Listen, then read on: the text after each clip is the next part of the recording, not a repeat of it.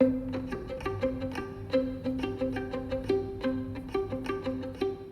guys, welcome to Goodish Girls. My name is Dallas. I'm Madison. What are you reading this week? Ooh, what am I reading this week? I just finished The Queen of Nothing, which is the third installment in the Cruel Prince series. And I just finished How the King of Elf Fame Learned to Hate Stories, which is essentially like little short stories. It's essentially kind of like a storybook, which is really, really cute. But it's essentially these short stories through Cardan's perspective, which I think was really, really interesting. So right Is that now, the man that you're still mad at? we're not mad anymore. Oh, okay, we're over it. We're not Yes, mad anymore. perfect. We hated him last week. Now we're over it. He has redeemed himself. He has redeemed himself. He's still a child. Because there's like one thing he did, and he was like, it was essentially like a riddle, and he's like, you had the answer all along. And I was like, that is so stupid. Like, what do you mean? He is the character in a Sabrina Carpenter song. Ugh, again, this is why can't. last week I said I needed Dorian. I needed a prince with a fully That's developed fair. prefrontal cortex.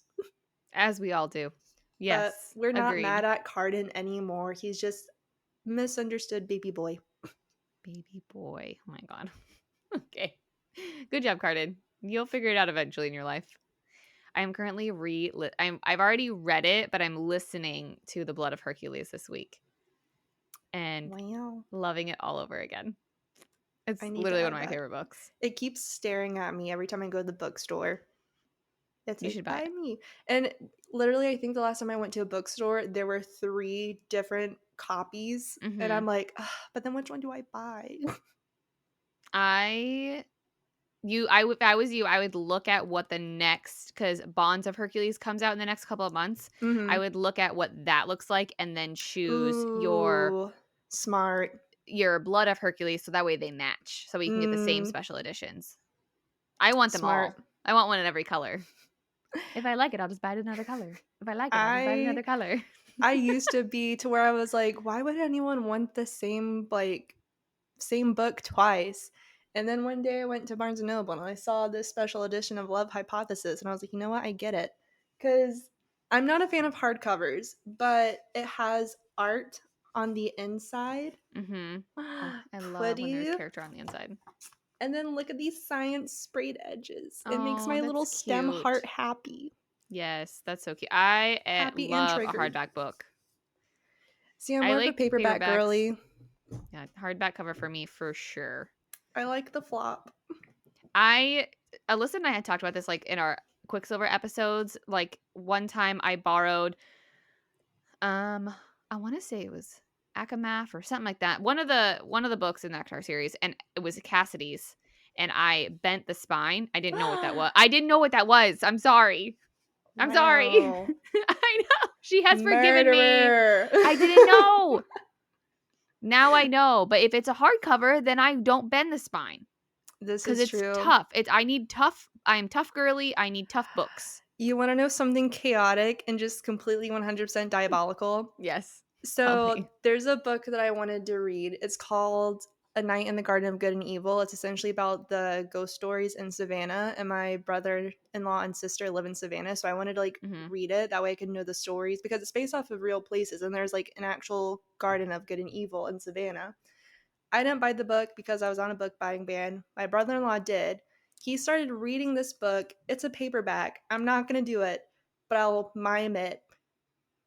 When he started reading, he full on, like, this is the front page, like, curls it to where it's wrapping around itself. And I was in so much pain watching it. I was like, you are never borrowing any of my books. Absolutely ever. not. I did not do that. Straight to jail. Straight to jail. No trial. I'm calling the 33rd. Goodbye. Ugh, I hate it. That makes me cringe. Ew. I can't. Well, guys, let's jump into it. We are still deep diving Crescent City, House of Earth and Blood. So if you are just joining us on this episode, I do recommend that you go back and listen to our previous episodes. We are doing this a little bit differently. We are deep diving it, but we understand that with the Crescent City series, sometimes it can be a little bit intimidating to start. Maybe you have heard through the internet grapevine that it is not a good series, that it is not a good book, or maybe you started it and the houses were a little overwhelming. I want to put all of that to bed.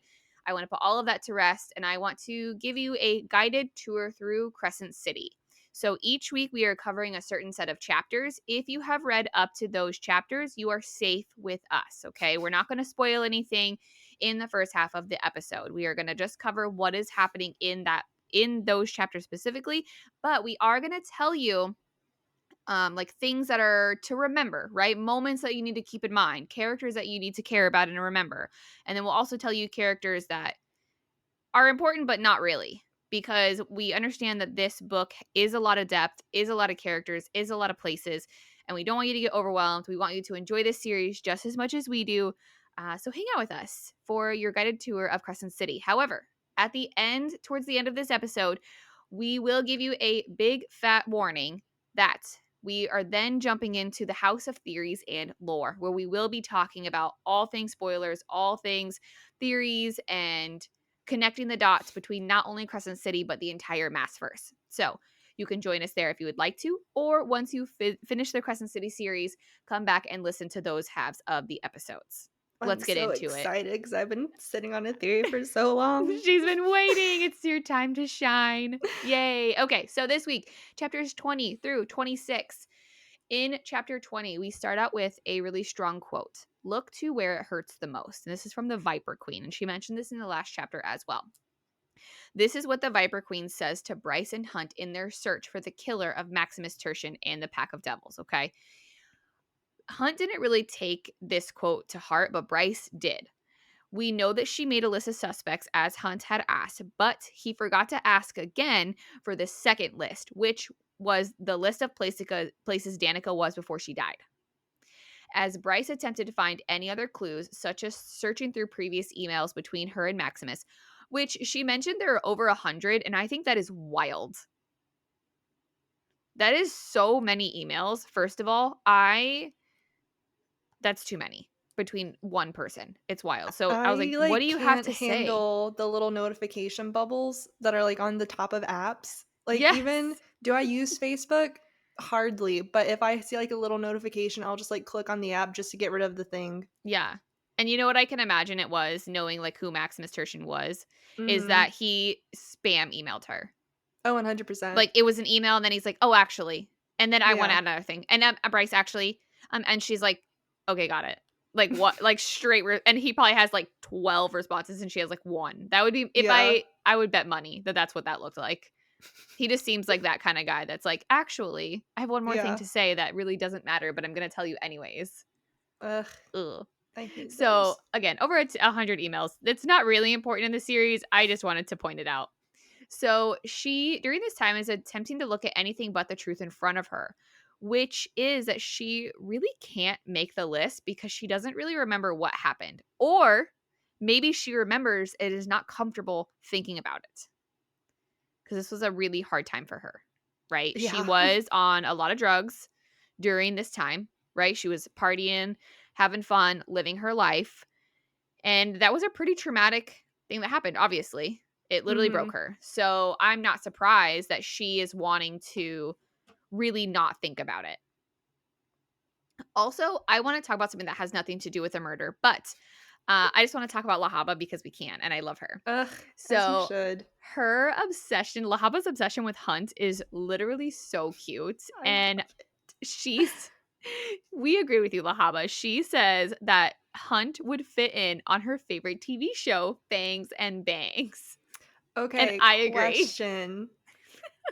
If Hunt was in our world, what reality TV show do you think he would be on?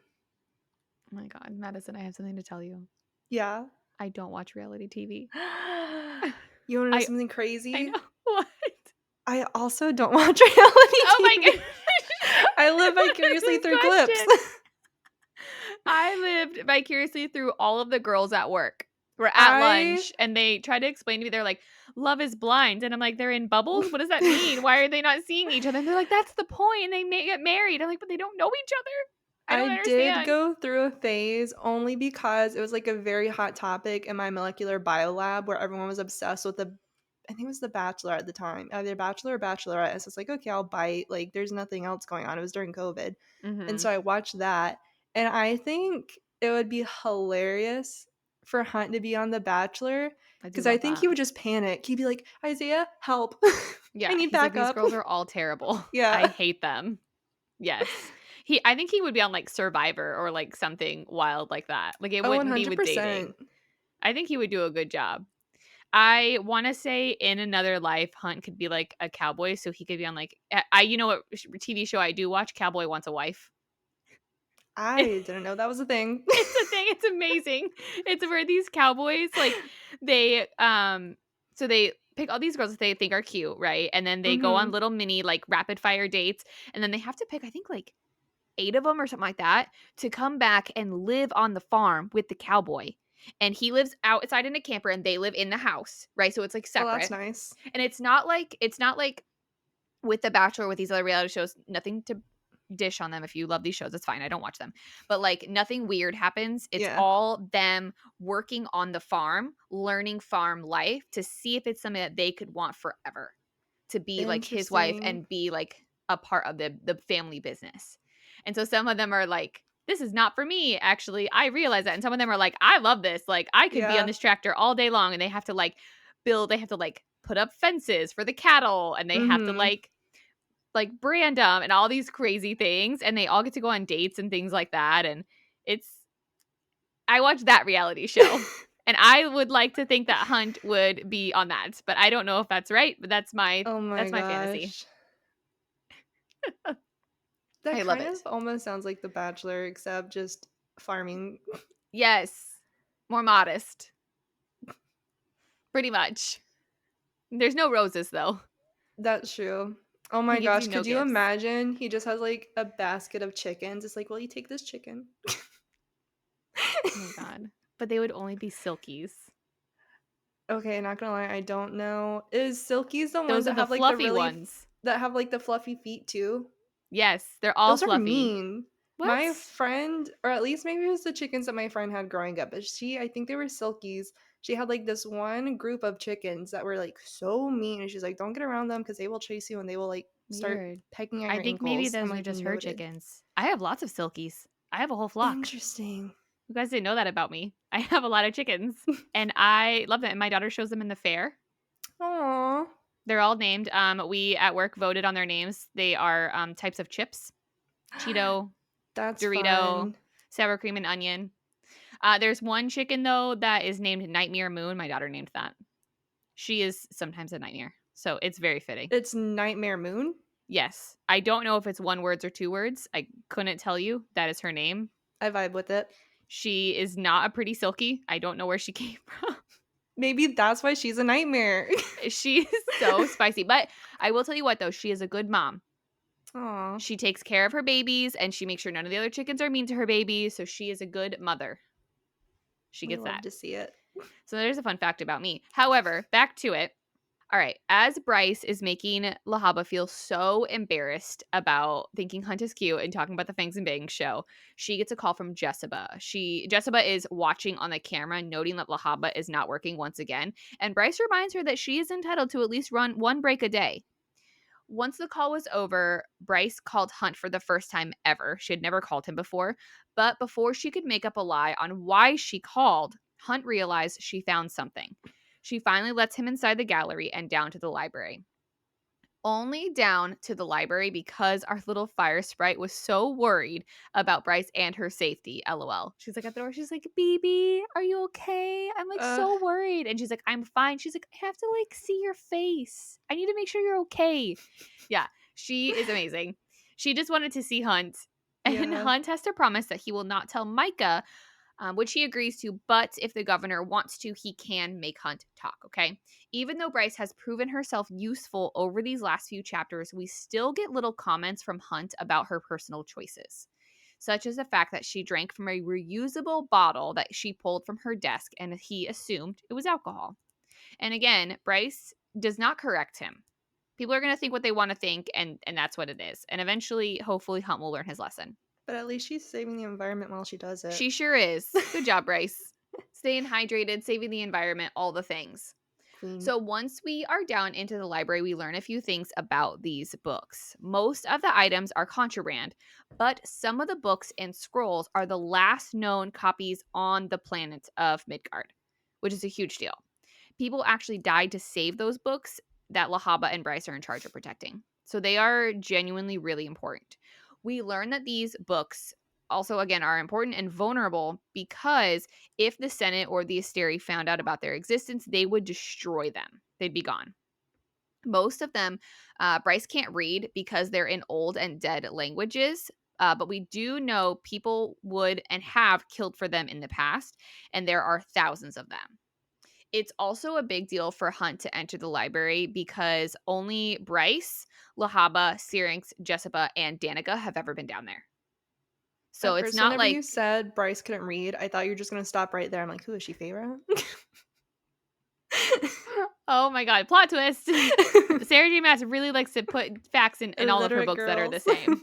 It's the mirror. Like calls to like. No, for the record, Bryce can read. Can read, all is well. Yes, she just cannot read these books because they're from dead languages. So, we finally, again, he gets down there, and as Hunt and Lahaba meet for the first time, Hunt tells her she is beautiful and gives her a finger to perch on. And I am in love with this moment. And I want this on a sticker or some fan art or something so bad. What a man. I know. He's like, you're beautiful. And she's like, Say so we more. finally get to one of the first moments where Hunt catches a glimpse of who Bryce really is, right? Lahaba tells him about the story of Syrinx and how he came about to live with Bryce. We are reminded that Jessica was about to sell him to a warlord, and Bryce purchased him to save him. He learns that he was stolen from his mother as a cub and traded multiple times before Jessica purchased him. However, out of all the times he was purchased and traded, Bryce was the only one to purchase him and his freedom along with it. He has the stamp on his right paw to prove it. Our fire sprite asks how much it costs to purchase Hunt, which we learn is 85 million gold marks because Lahaba feels connected to Hunt, or Athy as she calls him, because they are from the same house, House of Sky and Breath. But I remind everyone that technically the fire sprites don't belong to any house because they were kicked out after the rebellion. However, Lahaba mentions, obviously back before, that being in a house is more than just what the government says. It's a feeling, it's in your soul. So Hunt also learns in that moment that Lahaba's grandmother fought in the 18th Legion with Hunt and his army, which is crazy. So then we learn a couple different things. We learn that Hunt is worth 85 million gold marks. We learn that Lahaba is worth 90,000 gold marks, and Syrinx is worth 233,000 gold marks. So that's a lot of money. Mm-hmm. Hunt being worth 85 million gold marks is something I want you guys to remember. Okay. I'm not going to tell you why yet. We'll learn in the future. Because again, we're not spoiling, we're guiding. But that amount of money is a lot of money. And keep that in mind. So Bryce, when she bought Syrinx, she did get a 15% employee discount. And Jessica takes a portion out of each paycheck. Jessica is a fair boss. So she will be paying off Syrinx until she's 300 years old, or unless she decides not to make the drop. Then she would die. Another oh shit moment for Hunt is when he's informed that the apartment was not even paid for by Bryce, and she literally has no money at all. The apartment was Danica's, and it came with great enchantments and security. It came in the will that Danica left. So every chapter, Hunt gets a little bit more humbled. Eventually, he will earn the right to watch TV from the rooftop. He's not Let there my yet. man watch TV. No, he'll get there. He will earn it eventually, but not. He's like, oh, oops, I assumed that you were a rich brat, and you're not. So we also learn a few other things in this chapter, and that is that Bryce knows the old language of the Fae. Fury got Bryce the job with Jessica, basically by force, which I want a bonus chapter on that, first of all. And then also Hunt attempts to get information about what Fury does in Pangea, and she did not give him anything, which Bryce doesn't know anything. There's nothing to give, right? Like Fury does not talk about it at all. So Hunt's like, so what's your friend do over there? And she's like, bro, I have no idea. Like, for my safety and everyone else's safety, I don't even ask. So Hunt, however, does ask a good question, is that does Fury's contacts or enemies that they be associated with the murders? Which I also thought, again, was a good question. However, Bryce is like, absolutely not. There's no way. She keeps that very separate. We also, in this chapter, learn Hunt's age, which he is 233 years old. He's such a baby. Just a boy. And he was really young when he rebelled. So the rebellion was 200 years ago, and he was the leader of that rebellion. So he was the leader of the rebellion at literally just 33 years old because his powers were so good. We also get flashbacks during this. So if you got lost during this chapter at all and you're like, where are we? Like, what is happening? We get a glimpse of an incident that happened senior year with Bryce and Danica when Hunt asked her the question, have you ever killed anyone before? We know that she doesn't like to talk about it, so she doesn't give him a whole lot. We know that it involved a motorcycle, and they both went to the hospital and had to be taken care of by the pack. And this was a huge moment for Bryce and Danica's relationship. There are a couple quotes here that are very important. She said, I laid the truth laid bare. And Danica says, I love you, Bryce. I'm so sorry. And Bryce says, close your eyes, Danica. So these flashbacks right now don't seem super important, but they are very important. I want you guys to keep that in mind as well as we're going through this book. So because Bryce is having a hard time remembering the events before the Pack's death, Hunt is asking her for good moments with Danica, right? He's like, let's start at the beginning. What are some things that like you guys had a good time with, right? And hopefully that will help her remember things, and eventually she can get into the harder questions. So she tells him the story about her tattoo and how she was blackout drunk when she got it. A question of what Danica did that day before she got the tattoo comes up, and Bryce starts to write it all down. So thankfully, like again, like the gears are turning. They're talking about good moments, which is leading to less stress and her ability to remember more. So she writes down like all the fun that they had, all the drinks that they shared, all the laughs that they had together. And just as they were about to get somewhere with this list and her memories, Bryce gets a text from Rune to meet him at Luna's temple because it's the only place basically in the entire city that did not have cameras. And if you guys remember, in the temple, this is the temple where the horn was stolen from. And that wraps up chapter 20. Honestly, very smart to suggest the temple. Oh, for But sure. as Rune is here, he's actually using his shadows to hide himself, Mm-hmm. which I think is very interesting. And I really want to know, like, if there's a difference. I mean, I'm sure there is a difference between like a shadow wielder and a shadow singer. And I wonder if like a wielder has the potential to be a singer. They just don't have like that level of knowledge yet. So when you're saying Shadow Singer, you are referring to like Azrael from Akatar, correct? Uh-huh. Okay. Just for our friends who are like, hold on. Shadow Singer is not in this book. What's happening? What's that word? They're like, what does that mean? So yeah, if she's referring to Azrael and Akatar, I don't know. This may be a possible spoiler if you have not read Akatar. I hope that you have read Akatar. So cover your ears, turn down your sound, whatever you need to do. With Azrael, the shadows speak to him, right? Mm-hmm.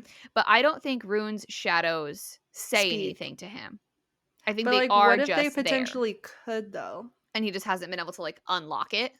Mm-hmm. Because I think with Azrael's story, and I really need to do a reread. I know like the shadows come to him, and they're like they almost have a sense to them. Yeah, they're like a sentient being almost, Yeah, that's what I was and they looking for. spy for him and Yeah, like so I'm gather like, what intel. if Rune isn't there yet, but like he potentially could, like, there's more to his shadows. He just hasn't unlocked it yet. That'd be really cool. Anywho, I that like was just a fun thought that I wanted to share. I like to manifest that for Crescent City Book 4. Ugh, yes, please. Write that down. Write that Somebody write down, that Sarah. down. But as Rune is hiding in the temple using his shadows, he describes the statue of Luna, which I think is very, very interesting. So the temple itself houses a 30-foot statue of Luna sitting on a throne. Fun fact, it is actually 10 feet taller than the Lincoln Memorial statue because I looked it up because I was very curious. So if you wanted like a real life reference, Wow. the Lincoln Memorial statue is 19 feet, so almost 20 feet, and Luna's a little bit bigger. That's But wild. Luna is sitting on a golden throne. She's made out of moonstone. She's wearing a silver tiara with a full moon in the center, held by two crescent moons. Mhm. There are also twin wolves sitting at her feet, and she has a bow made of solid gold as well as a quiver with silver arrows. Rune mentions as he was talking about the statue that Luna has mostly been represented with the wolf packs, and that there has been the Fae resemblance missing for 2 years. We're gonna get back to that because I found that very interesting that he Yeah. never like said what like of the statue people can be like, oh, that's Fae culture right there. I have a theory. Stay tuned. um, we also learned through the tour guide as Rune is hiding that Mike is also a patron of the temple. So he is funding money to this temple. He must highly value Luna in this temple and wanting to keep it very safe. Um, Once Rune meets with Bryce and Hunt, he tells them that the Autumn King has tasked him with finding the horn, and that's one reason why he asked them to meet him there. We learned a little bit about the history of the horn through Rune, through some of the books he found. We learned that the horn was a weapon used by Peleus, who's the first star-born prince. He used it to battle demons during the First War, and the horn itself was forged by the Fae in their homeworld, and it was named after the new goddess, which is Luna, which is also very interesting because if it's a new Mhm. goddess in this world, I'm like, who was it originally named for? Right. Um, but essentially, Peleos used this horn to battle the demons during the crossing, and this became such a problem for the other party that the demon princes wanted the horns for themselves. So Rune shows a photo of Peleus with the horn to Bryson Hunt, and in that photo, it shows a 8-pointed star behind Peleos, which is essentially an emblem of the Starborn Fae. So during this battle, and also through the text that Rune finds, we learn that the Star Eater, who is also the Prince of the Pit, we learned that he created a demon to specifically hunt the horn using blood from Peleus and his own essence. And we learned that this monster is called a Crystallos, or if you read the graphic audio, it's called a Crystallos, however you would like to pronounce it. Ethan. Potato potato. Cristilos Castalos. So many things. It's fine. But essentially, we learned that Prince Peleos and the Prince of the Pit, who again is also the Star Eater, they fought for 3 days, with eventually the Star Eater landing the final blow, killing Prince Peleos. Mhm. The horn for this battle, before the Prince Peleos died, he used it to ban the demons back to their realm, leaving only small cracks within the normal rift for Crystallos and other demons to travel through. And all people need to summon these demons is a little bit of summoning salt, which we learned about in the last episode. Mhm. We also learned that the horn was broken after he banished the demons, and that essentially the horn can never be used again. Um, with all this new information, they're now starting to suspect that maybe suspects might have had contact with the horn. And the Crystallos killing again could mean that whoever is in charge with murdering the pack could also be someone who's also looking for the horn. Mhm. Hunt, after learning all this, he goes outside of the temple where he is trying to call Justinian to get more history on the Crystallos since Rune wasn't able to find that much information. He literally was looking through his father's study and had a book jump out at him to be like, hey, it's in here. Um, but Hunt calls Justinian, accidentally swears in front of a priestess, and he's like, oh, my bad. Oops. There's a child. Eventually, Justinian picks up and he says that he'll get right on it. But he also, we learn a little bit more about Hunt's history with Shahar. And we learn that ever since Shahar she has essentially ruined everyone else for Hunt. And Mhm. Justinian kind of pokes the bear and is making all these comments about Bryce, saying like, "Oh, it doesn't hurt that like the person you're in charge with watching is like kind of pretty easy on the eyes." And Hunt's like, "No, lock that down." And Mhm. Justinian's Yeah. like, maybe give it a chance because Hunt hasn't been with anyone for 2 centuries. That is so long. Like, I love the Right? dedication, but I'm like, bro, you need some happiness. Yeah. Hunt deserves a little bit of love. He Yeah, that's a deserves long love and time. TV. Love and TV. The little things. That's such a long time. Like, but he was built to be patient and strong, and you know what I mean? He doesn't let like the need for finer things in life or even like joy get in the way of whatever mission he is doing. Mm-hmm. Do you know what I mean? Yeah. And like he has one job right now and one job only, and that is to be a slave and do whatever Micah says. So I get it.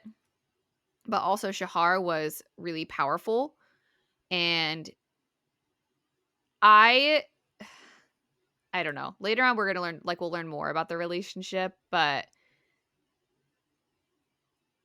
I don't like her for him. Obviously it's fine cuz she died, but she's not going to come back. Oh But I my was like, gosh. "Oh, young." He was young. Yuck. He was no, he was young. Oh, He I was thought like you said so yuck. he was 33 years old. And this like Yeah. He was big a like fetus. archangel is like, "Love you." But like, did she really? I don't know. I question it. I have no other receipts other than it kind of gave me the ick just a little bit. Tea. So in chapter 22, Bryce questions Rune as soon as Hunt flies away, right? He leaves, and she wants to know if the Autumn King had anything to do with the murders. Rune swears that the Autumn King is not involved because why would he ask Rune to find the horn if he was just summoning the Crystallis demon himself? The king at this point does not know that he is meeting with Bryce. Like that Rune and Bryce are meeting together. And she also reminds him that just because they are working together doesn't mean that the state of their relationship is changing. Because we know that Rune and her had a good relationship and he ruined it. So we finally learn why. So going back a few chapters again, we know that they used to be good. Things were said. He hurt her. And we learn that he called her a half-breed slut. Rude. Boo. Rune Dannon, Crown Prince of the Belbarton Fae. WTF. So Bryce reminds Rune that just because he dresses like a rebel doesn't mean he is any different from the other Fae assholes around, which fair point. So going back to the gallery archives, we learn that there is no information in there on the horn, and we have not heard back from Rune yet on like the Fae archives and if there's any information in there. We then again hear this line, towards where it hurts the most by the Viper Queen. Okay. As much as this evidence hurt Bryce, she knew it was true. Even shaking, she got to work and wrote down the list. So again, she like couldn't remember or it hurt too much and she didn't want to put anything on paper, but now it's finally time. 23, not gonna lie, a little bit of a filler chapter, but it does Mhm. contain some important information. So Bryce is back at Griffin Antique. She's on the phone with Jezebel. They're talking about a deal that Bryce just solidified for her regarding a leopard shifter. Mhm. However, this leopard shifter was very, very sleazy and was trying to make advances on Bryce, Ew. which caused her to essentially twinge something in her leg. So the leg that she injured the night with the chrysalis, that's bothering her a bunch. So as she is going up to Jezebel's office, pain in her leg, we get some more Jezebel threats. Haha. We get 4 through 6. Would you like to be a worm, Bryce? Would you like to be a dung beetle or a centipede? They If all you had to count. be an insect, what would you want to be? Me? Mm-hmm. Oh, that's a good question. Because I know we talked about like animals in general, but this one's like specifically like insect coded. And Bryce was like, well, I'd rather be a dragonfly. Like, if we're gonna do that. Right. Okay. So if I want like, part of me wants to be, like, some, like, super tough insect that, like, does all the crazy things, but then part of me is like, I would be one of those really chunky bumblebees that are so cute, and they just, like, bop Yeah. around, and they're, like, just on all the flowers, and they're just, like, minding their own business, and I think that would actually just be me. Ugh. I I feel wanna be, like like, something cool, like a wasp or, like, no, Wasp something and I are awesome. enemies. Does it like a scorpion, that counts, right? Like, I wanna be like Yeah, that, but they're I an really insect. would just be a bumblebee. Interesting. I feel like I'd be a moth. I feel like they're very slept on.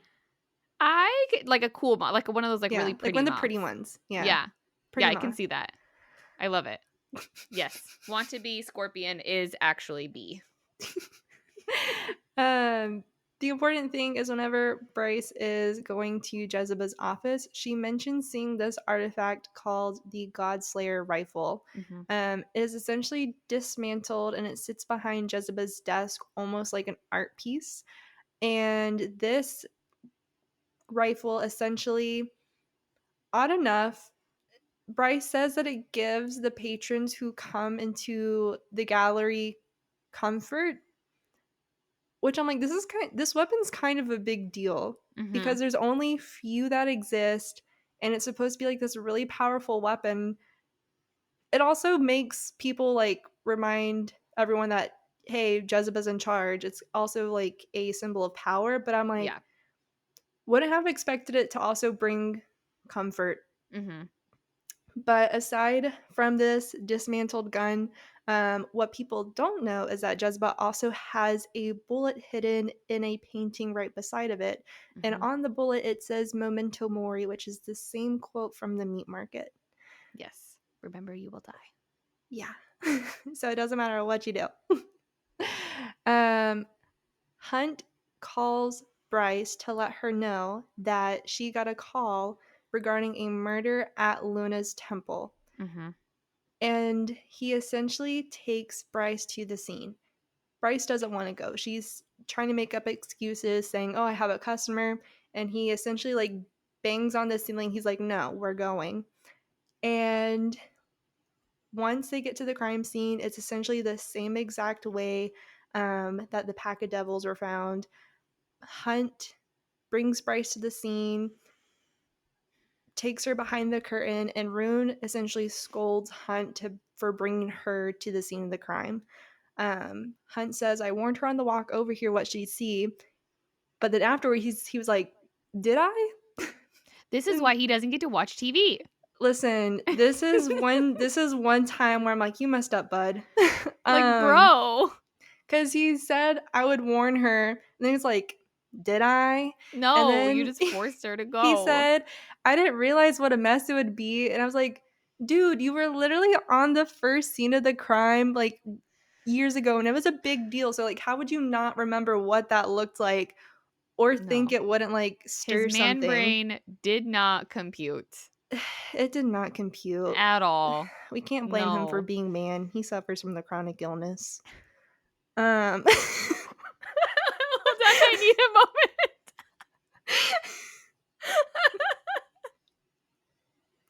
I actually need that on a sticker. And I'm gonna give it out to men that annoy me. He can't help he man. I'm so sorry you suffer from the chronic illness. Oh my gosh. I say that all the Iconic. time though. Whenever like I'm talking in conversations with some people, would be like, "Oh yes, they did da da da da da da da." But he's a guy, so like we can't blame him that much. Like he can't help it. I cannot. I've never once heard that in my life, and I feel like I have been deprived of that banger of a line for You're 30 welcome. years. Okay. Wow. Yeah, I needed that today. That was great. I got you. And end scene. And actually, we're gonna end the episode right here, guys. Thanks That's for all we watching. need. We'll see you next It's been week. fun. Wild. Okay. So Hunt suffers from being man. He can't help it, but every now and then he has a flare up. So couldn't remember if he warned her on the walk. Didn't realize it was going to be a mess. And then he tells Rune, she's a grown woman. She doesn't need you to decide what she can handle. Mm-hmm. And to me, spoilers for those who have not read Throne of Glass, specifically Tower of Dawn. So if you have not gotten that far into the series, earmuffs for a moment. For like 30 seconds. Maybe a Maybe a minute. minute. Yeah. Okay. I was like, Okay, earmuff for 1 minute of this episode. So whenever he said that and Bryce is essentially like going through PTSD, it was giving Irene whenever Kale rides to the tower Mm-hmm. and all of these acolytes are like trying to like essentially like manhandling him, like trying to pull him down from the horse. Mm-hmm. And Kale is like, instead of like helping Irene out and doing a teachable moment, he's like, you know what? No, I'm done. And like Irene couldn't understand like why he was so upset. And then Hephaestus, I think was her name, she was like, well, he probably didn't appreciate like him not like he already lacks so much control in his life now. Like that added to it wasn't helping. And like even in that moment, it's like, Irene, I love you, but you messed up, girlfriend. She did not And think about that Hunt, moment. you also messed up. Yeah. Yeah. Hunt for sure messed up. Okay. Spoiler moment over. You can come back. Yeah. If you muted your ears, you are good. But as Hunt, so Bryce essentially walks away from the scene. Hunt is walking with her, and she's kind of just like starting to, again, essentially go through PTSD. She's reliving the moment, reliving all the feelings, and Hunt's telling her, take a walk, walk it out. So she is. And he starts questioning her, just trying to gain more information. He asks, how did you survive the Crystallos? And Bryce says, I didn't survive, it got away. And then Hunt, again, he can't help he man. He messes up again. And he reveals that the archangel that Bryce was trying to save in the square that night whenever the Crystallis attacked was in fact Micah. Oh my God. That Ya literally made me so. goober. She was like, what? Yeah. The literal Just governor whiplash. was the one who was injured. So that wraps up chapter 23. And chapter 24, after receiving the insane news that she did not save some random angel in the alley that night, that she actually saved Micah himself, the, again, archangel and governor, which this makes sense of why when, like, back in those chapters when Bryce gave the phone number to the emergency services person, he like panicked. He was like, oh my gosh, help is like on the way. So it also explains why the name of the angel never got out to the public, right? If word spread of the governor being attacked and saved by attacked by a demon and then saved by Bryce, it would be a really bad look for him. This is really frustrating to Bryce because she spent so much time searching for this angel to see if they were okay and if they survived. Like, that was a big deal for her because she wanted to see that something that she did made a difference. Hunt is apologizing for not telling her or being honest, but the hole that he is digging just keeps getting He's a deeper man. and deeper and deeper. I don't understand why he can't just stop talking for just like, I love you, Hunt. Just close your mouth. Stop. Put Just the stop where you are. shovel down. Because he says he is sorry that she is still on his suspect list. I can't believe he's alive right now. So obviously Bryce is really, really upset about this, right? Yeah. He realizes in that moment that he has went too far. He has said too many things. He has messed up too much. He flies away. That's for the best. Take a break, take a breather, come back. Bryce breaks out into a run to help her anxiety. So she's running and running and running until she receives a phone call and she ends up at the White Raven. We are taken back to a memory about senior year again. So in previous chapters, again, we kind of had seen a little bit about that senior year. So we're now in that flashback once more. The motorcycle that we know about is that crashed was stolen. There was a rifle that Bryce had that was tossed to the side, and both girls now have their hands behind their head. They are surrounded by males searching for bullets. And this is, again, the first time Danica ever said, I love you. Because she's like, I love you, Bryce. I'm sorry. And then, again, the quote from Bryce is, close your eyes, Danica. Before we know anything more, we are snapped out of the memory once again. And Bryce walks into the club. So we're getting very small tidbits about this memory. But this memory is important. And it does very much come full circle later on in this book.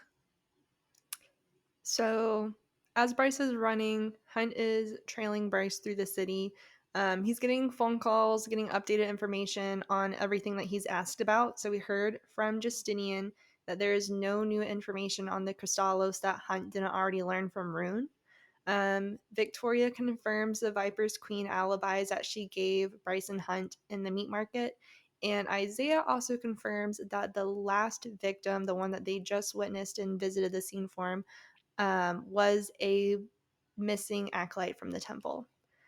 Bryce is now at the White Raven.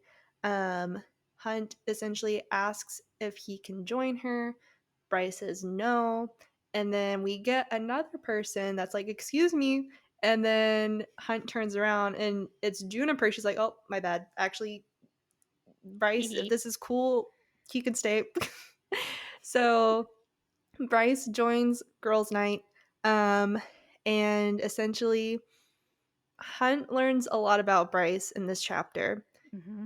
So he learns a lot through just her actions. So the first thing Bryce does is Juniper's ordering food, and so is Hunt, and he asks Bryce if she would like anything, and she says, no, I'm on a liquid diet, gesturing to her glass, which he assumes is filled with vodka.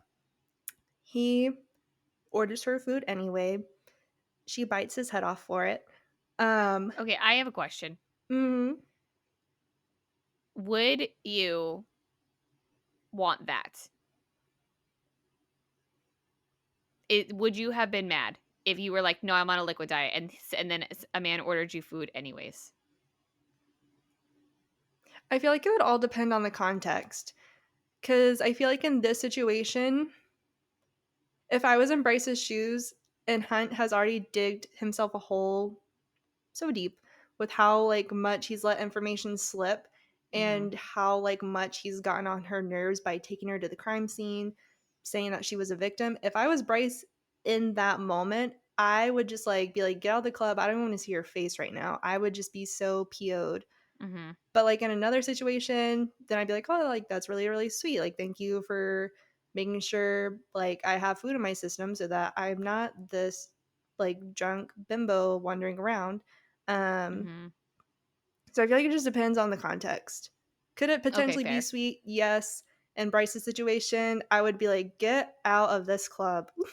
Do you think she would have eaten it if Juniper ordered it? Yes. I think so too. I I won't agree. say If Juniper was like, why. let's get some fries for the table. Yeah. You know what I mean? So that because it's like coming from her friend, someone she's not upset at in the moment. Mm-hmm. You know, it's interesting to me that Juniper didn't do that.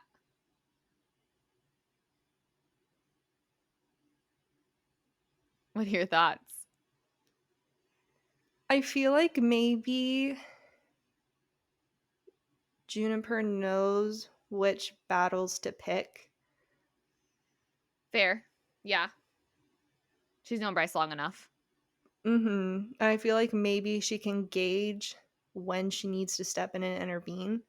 Mm-hmm. And maybe just depending on Bryce's body language and her previous conversation with Hunt Mm-hmm. before Juniper walked up, maybe she's like, this is a time where she needs to just debrief, let it all out. And Yeah. then in her own time, she'll come around when she's cooled off. Well, and Juniper doesn't know that like Bryce hasn't eaten all day. Right? Like She does Hunt knows not. that. Hunt's like, hey, you didn't eat breakfast and you didn't eat lunch and now you're not eating now. Like, so like Juniper doesn't know that. So But she does know more information about Bryce than Hunt at this time. also true. Because Yes. at this point in time, he Mm-hmm. thinks Yes. that she is constantly drinking, Mm-hmm. constantly going back to her party girl days. Because Yeah. he essentially scolds Bryce and tells her, like, stop being a cliche and takes her drink. And whenever he sniffs it, he finds out that it's water. And she's like, yeah, I don't drink alcohol anymore. And he asks when.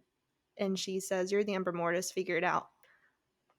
Although I will say Hunt did earn another point back in his favor during this part because whenever they were ordering food, Juniper orders her food first And as she is going through her list of orders with these special restrictions, she essentially tells Hunt that she doesn't eat animal products.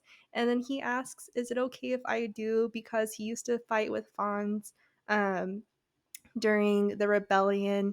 And so he was really good friends with them. But he was very conscientious about it. Yeah. And she was like, "Yeah, that's Yes. fine." And he even got nervous ordering I think it was like a ribs and a burger.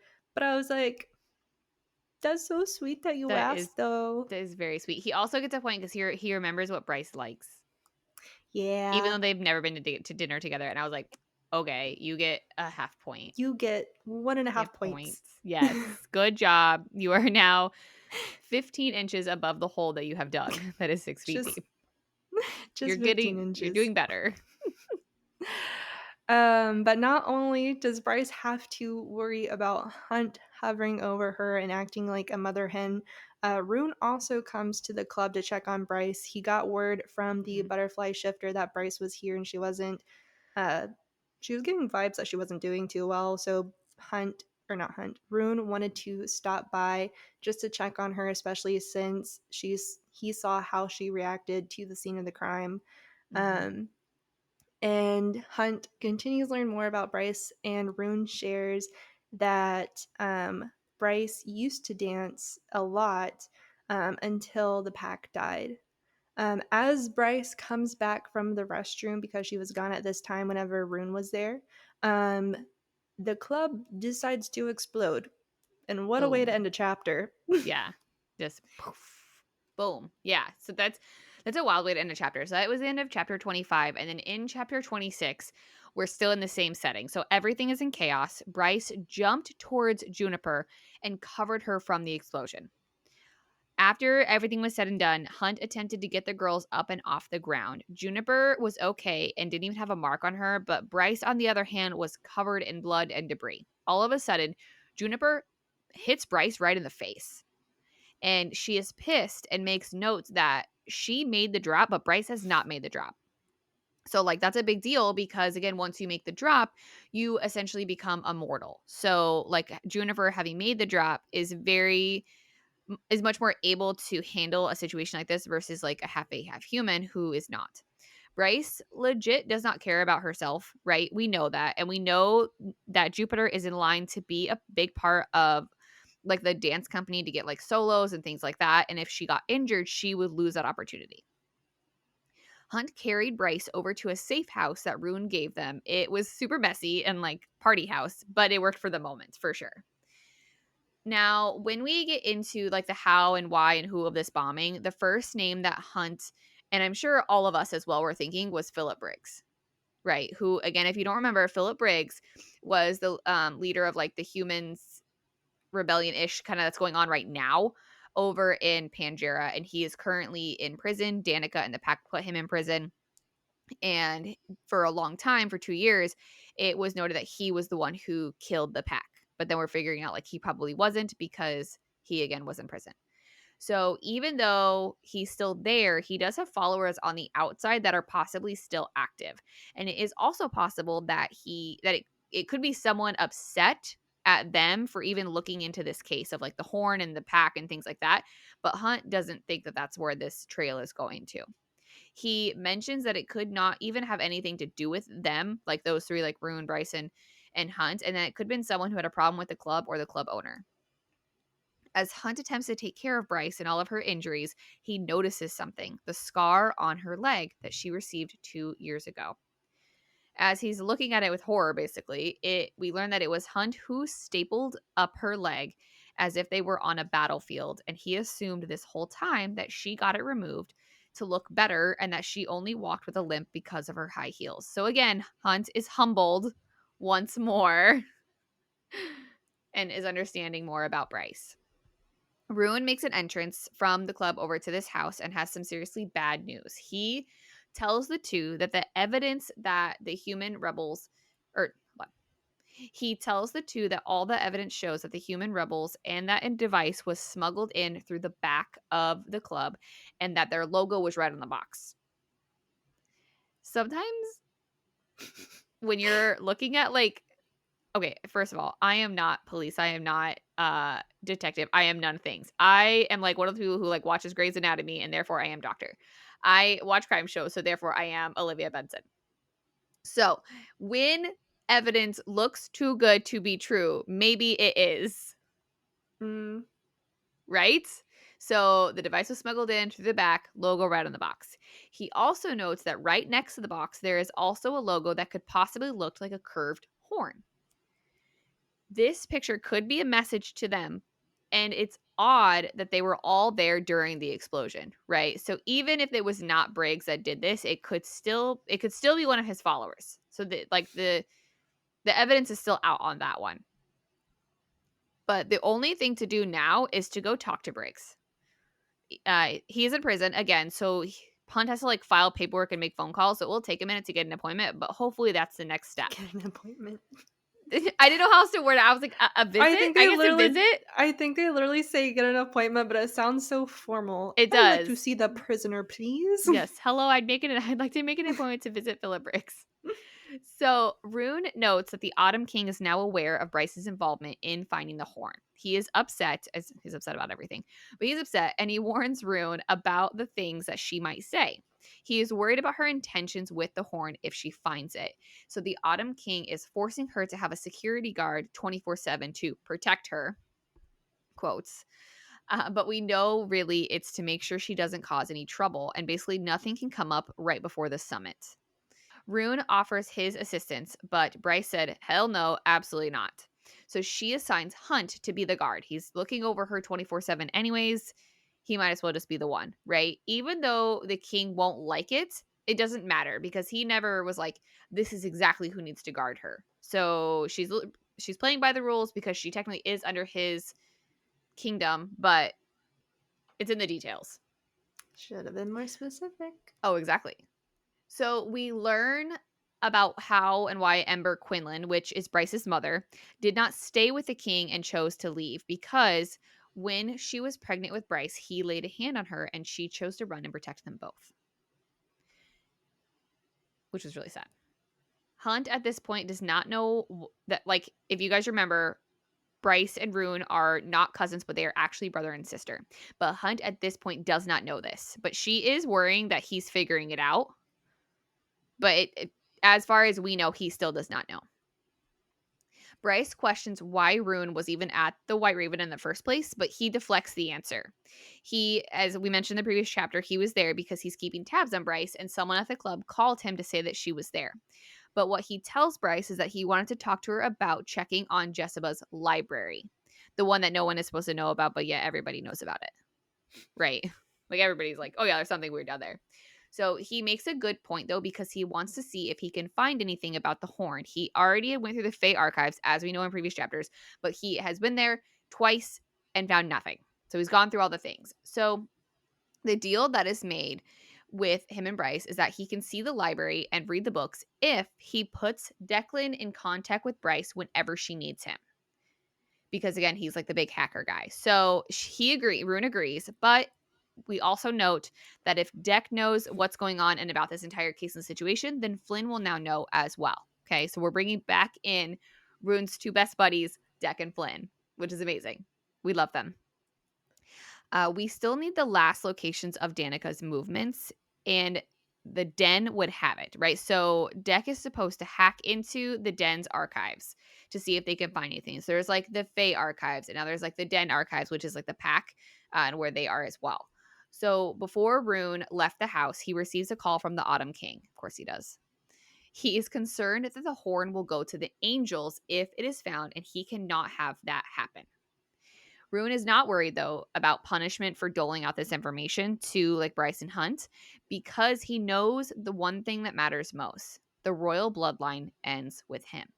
This is what the Oracle said when he visited years ago. She did not mention if it was like death or infertility or what it was, and he never told his father, the Autumn King. And what he said was that that the Oracle said he would be a just and like a fair and just king. So again, the royal bloodline ends with him. It did originally make him nervous when he met Bryce because she is technically part of that line, right? And if the oracle's like the royal bloodline ends with you, then he's like, what's going to happen to Bryce? However, she does not claim any part of the throne, and the king refused to even acknowledge her existence, so she's not in line for the throne. She's like sidelined for it. So he's like, Sidelined. she's sidelined. She's not worried about it. And that is where we wrap up chapter 26.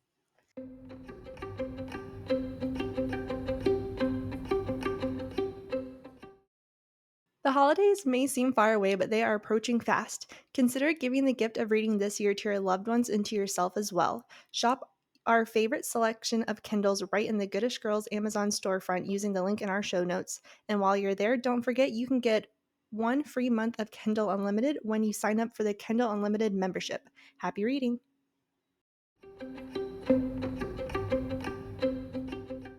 So that is this week's guided tour through Crescent City.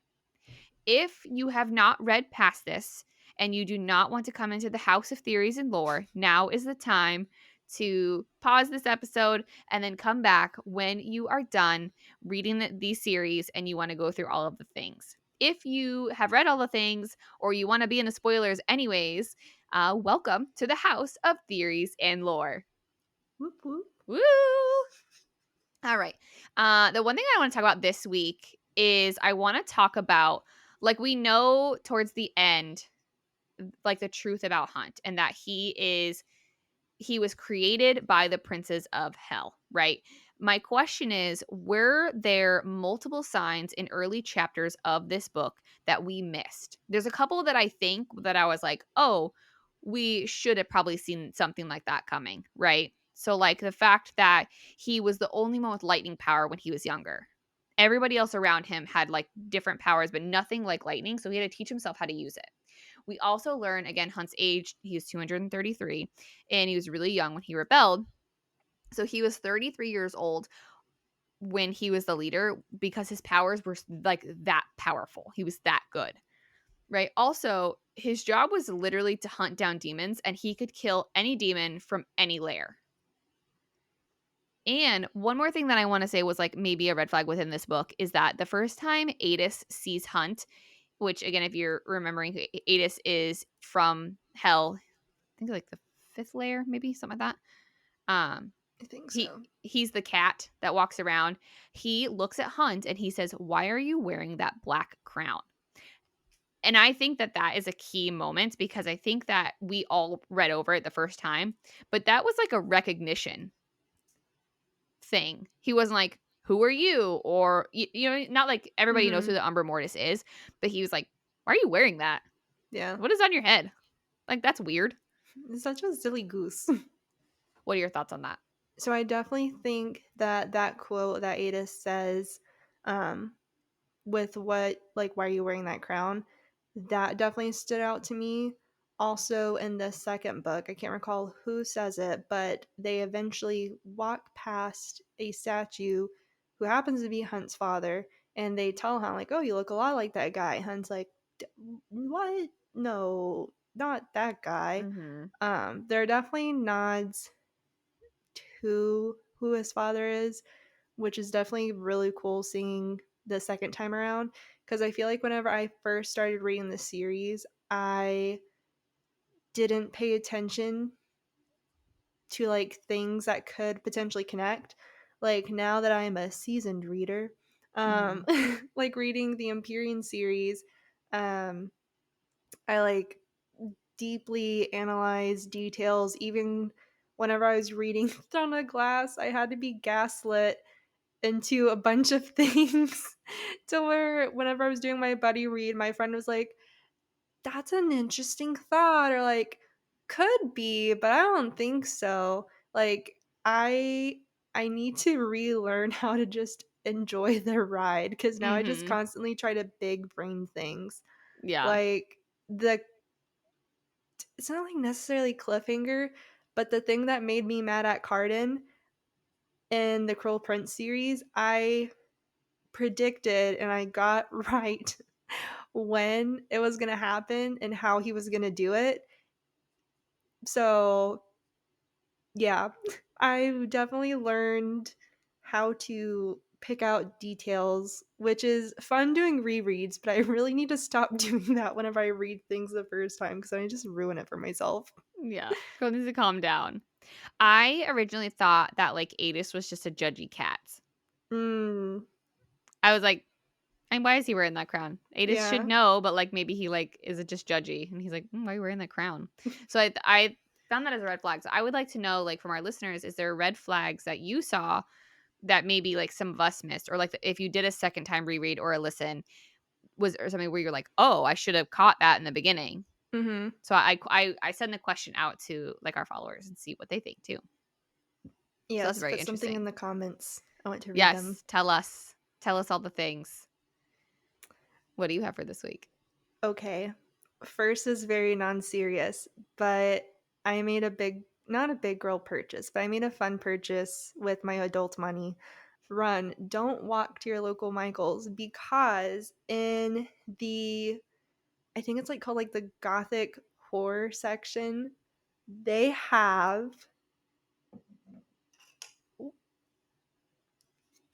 Is that a Nesta's gold mask. mask? It is a gold You're mask. lying. And because I saw someone post Oh about it my on god, that's TikTok, and cute. they're like, they have Nesta's mask, so I posted it too. And if they had a harp and like the rest of the dread trove, I would. Ugh, I really wish that there was like pieces where you could actually wear it because I'm like in the book, like it's not gonna be some flimsy mask, like it is gonna be actual like hard, which just is. But I was like, bro, it's her mask. Resand should really look into that because they shouldn't be selling these. I know, Um, right? but on that note, my random funny thought that I had the other day, and I was like, what if, hypothetically, we live in Bryce's timeline slash universe? And as we know, in the third book, she goes back to Valaris to ask Nesta for the mask. And Mm-hmm. I'm like, what if like people saw that and like wanted to commemorate like the power of the mask and how much like it helped save the city that they recreated it to be sold to citizens as like a nod to the battle. That would be wild. I just thought that was funny. A Yes, we funny little all need thing. this mask. Are you ready for my big theory? I'm ready. Throw it at Okay, me. What do we have going on this week? buckle up and just you're gonna get a lot of hear me outs, and this might be the biggest stretch, Okay. but I am going hard on this theory. Okay, so part of this theory is things that I have formed myself, and part of things that I'll talk about a little further down that I kind of meshed with this that I thought of comes from a TikTok account named Emily Quoth Reads, spelled Croix.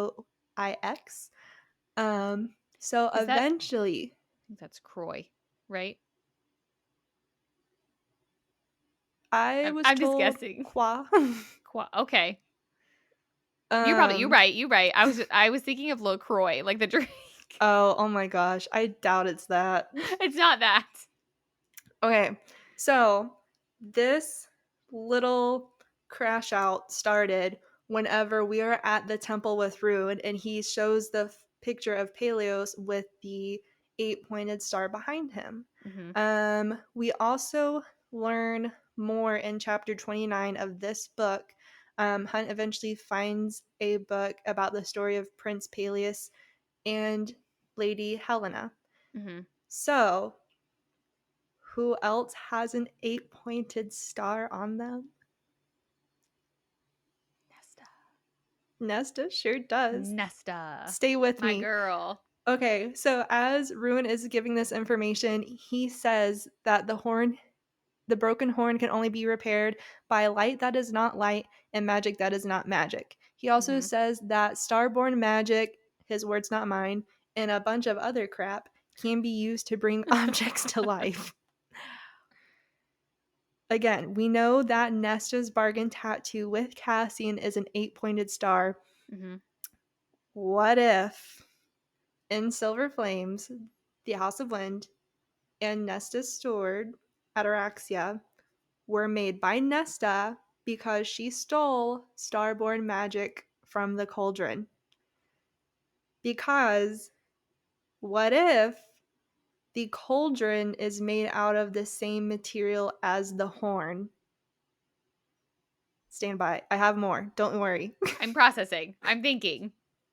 Because, okay, Nesta potentially being starborn, she has the star on her back. Mm-hmm. What else is really, really big that has stars on it that is referenced throughout the series?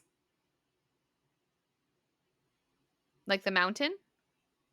The mountain, but also the dresser drawers. The dresser drawers. So, whenever Feyre paints the dresser drawers, Mm-hmm. she has allegedly stars for Feyre, Mm-hmm. flames for Nesta, flowers for Elaine. But what if the drawers are wrong and that's not the correct order? So, what if the drawers actually reference their fates and their true mates? Hear me out. What if Feyre actually equals flowers? I'm gonna get hate for this, it's fine. And her true mate is Tamlin. Hear No. me out. Hear I'm me hearing out. you. I just don't I don't like it. it either. However, it does make sense because in ACOTAR we learn that whenever a bond is rejected by a mate, it is still there. It's not fully gone, but because it is there, the other half, males usually have more of an intense effect to it, but it can lead to psychological suffering such as madness, grief, and despair. What happens to Tamlin after Feyre was taken in He the gets cauldron? stuck in his beast form, and only Rysand visits him, and we probably don't know the real conversations that they're having. And I'm hold mad on, there's now. more. Who else was stuck in their beast form after their mates died? Who? Rowan and Aelin. So after Rowan's mate died, he was stuck in his hawk form for I think 2 years, and Aelin was stuck in her beast form, which is her human form, for I think also 2 years after Sam died. And so what if Rhysand is essentially another Maeve situation where he's like, "Yes, Feyre darling, I am your mate." But it's a lie. Oh my god.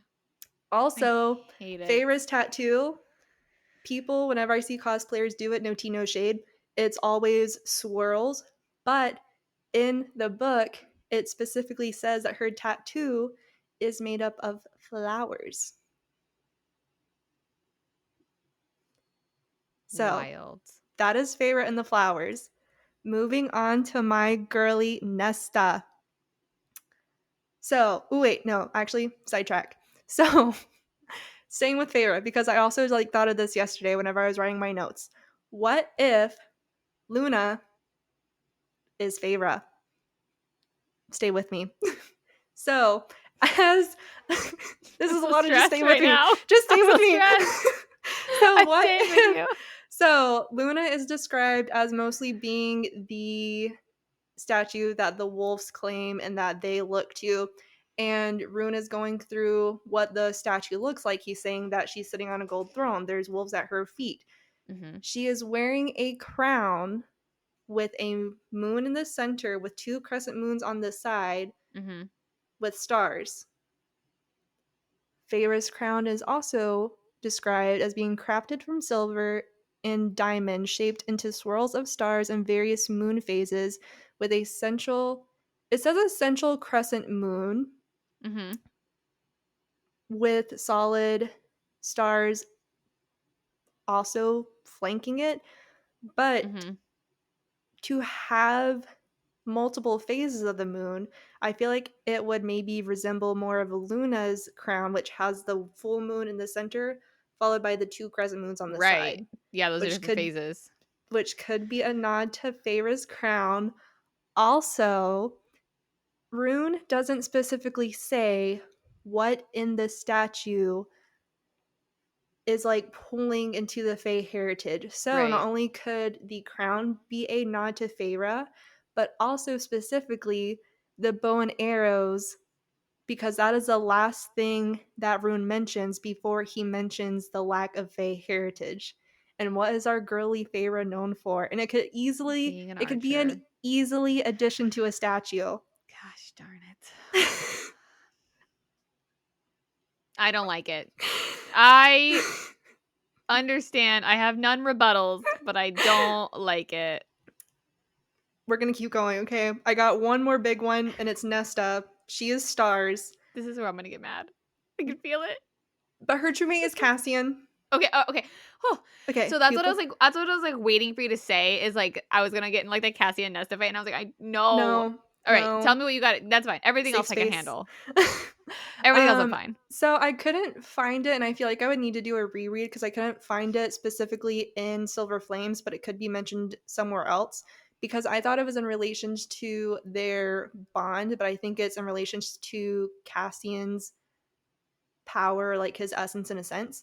Mm-hmm. But it's referred to as Starfire, which is also another way Mm-hmm. that Bryce and Hunt's bond is also referred to. Yeah, that's true. Also, at the end of book 3 of Crescent City in Flame and Shadow, Bryce tells Nesta, go find out what that tattoo means. And she Mm-hmm. also gives her the Starborn sword so she can find out the connection between the two. Yeah. Also, you know how I said, what if the cauldron is made out of the same material as the horn? Yes. And I said, stand by. Yes. I've We're been picking it standing. up. So, the horn, as we learned from Rune, was made by Peleus, essentially using a little bit of himself, Mm-hmm. Right. which is Starborn, and the Starborn sword, also in Akatar, it's known as Gideon. It is said to have been dipped in the cauldron, and so people think that the star on Nesta's back could also be the cauldron symbol, again tying it back to the Starborn Fae because the eight-pointed star is their emblem. That is a lot to It is a lot. process. When I say I crashed out so hard. And I was like, but wait. And I was typing so fast. Oh my god. Yeah, Um, that's woo. so we have Feyre Flowers, Nesta's is Stars, Elaine is Flames. But There's why is not Elaine flames? so Elaine is Flames because her true mate is sweet baby boy Lucian because he has literal flames in his veins. That is his speciality because of his true dad, who is Helion, who is the Mm-hmm. High Lord of the Day Court. Um, Again, I got the drawers thing, like the base of it, Mm-hmm. regarding mates from Emily Qua Reed's. This is her take on why Elaine is flames. Again, and she says it too. We don't know a lot about Elaine. Right. But she mentions that Elaine's name could also just be an anagram for Aelin. Yes. Because I Also also could be true. because I also think with Elaine's power that she was gifted by the cauldron with her um, talent to be a seer, Mm-hmm. although it is not the same power that Caltaine has in Throne of Glass, I do think Elaine could potentially be set up as like the next Caltaine. Because I don't know about Mm-hmm. everyone, but I feel like it's kind of universal where people are kind of just like, Elaine's Elaine. She planted flowers instead of vegetables during the hard time. Okay, well, So, in her defense, Feyre bought her the seeds and she can't read. So oh my gosh, that is so true. she literally bought her the seeds, but if they were like vegetables and flowers, she's like, I don't know, I guess this one looks Yeah. good. Like this And one's Elaine is pretty. probably like, you did great, sweetie. Should she have asked the vendor, is this a vegetable? Probably, but the That's people funny. in the town didn't want to talk to her. So I I get that. And I think I think Elaine is set up for us to be like, meh, Elaine's mid. Like, meh, Elaine's it. And Like, that's I think exactly she's how I written that way. was about Caltine. Like, I did Right. not like Caltine in Throne of Glass. And I still, like, I respect her and I love Caltine now, but I Mm-hmm. was never, like, over the top as I was for other characters. But I think Right. Elaine could potentially be the next Caltine. So, like, anagram for Aelin, Mm-hmm. maybe, but, like, I think her true tie to Throne of Glass would be, like, Elaine's gonna be the next, like, big power player. I still am betting money that Elaine is going to be the bad guy, and she will be the traitor within the court. I could kind of see that, but I still kind of want to be more. Because what is I she doing? also want it to be more, and I think I don't know. I think that What is more. she Maybe there'll doing be and where two. is she Maybe there'll be going? more than one traitor. Maybe there'll be traitors in different Ooh. ways, right? I think Azriel is watching more. I think that he's not actually in love with her. I think that he is watching her, and the shadows are watching her because he also sees the secrets that she holds. And she and Azriel can't tell anything because my name is the Morgan, my power is truth, but she's Yep, actually withholding truth. So Azriel's like, I would correct. tell you, but I can't. Also with Literally cannot. Eris, whereas he's like, would tell you what happened between me and Moore, but you're gonna have to ask her Yeah, because he literally can't. cannot tell you. So I think her power is just simply withholding truth. Yes, agreed. I agree with that. Those are some wild theories. Uh Thank you is for coming to my crash out. yeah. Are they starborn? That's crazy. Did we miss a lot of red flags on Hunt? Let us know. I'm so excited. I truly think Nesta's Starborn. I That'd be will cool. yell it.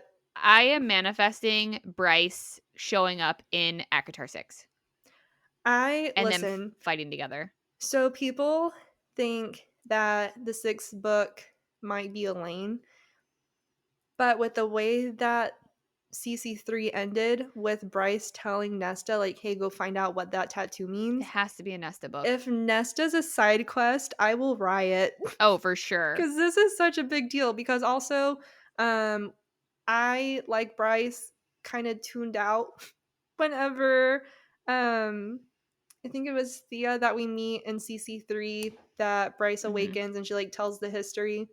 Yeah. I'm a very visual person. If there's like a history dump, it gets lost in translation. But we learn that also whenever she mentions it, but then also in Silver Flames, whenever Nesta and Cassian go to the prison to find the harp is resting in the center of an 8-pointed star. It sure is. Yeah, no, they're definitely connected. There's something there for sure. I agree. Because also in the third book, it is revealed that the horn is also part of the trove or a new Right. trove, Mm-hmm. Yeah, either the trove or a separate trove itself. Yes, agreed. which That's is all by wild. starborn people. It sure is. And that is where we end today, my friends. Thank you for entering the House of Theories and Lore with us. If you have What a comments, wild thoughts, ending. let us know. And we will see you next week for our next set of chapters. Thanks for hanging out with us again, guys. I'm Dallas. I'm Madison. And this was the Goodish Girls. We'll see you later.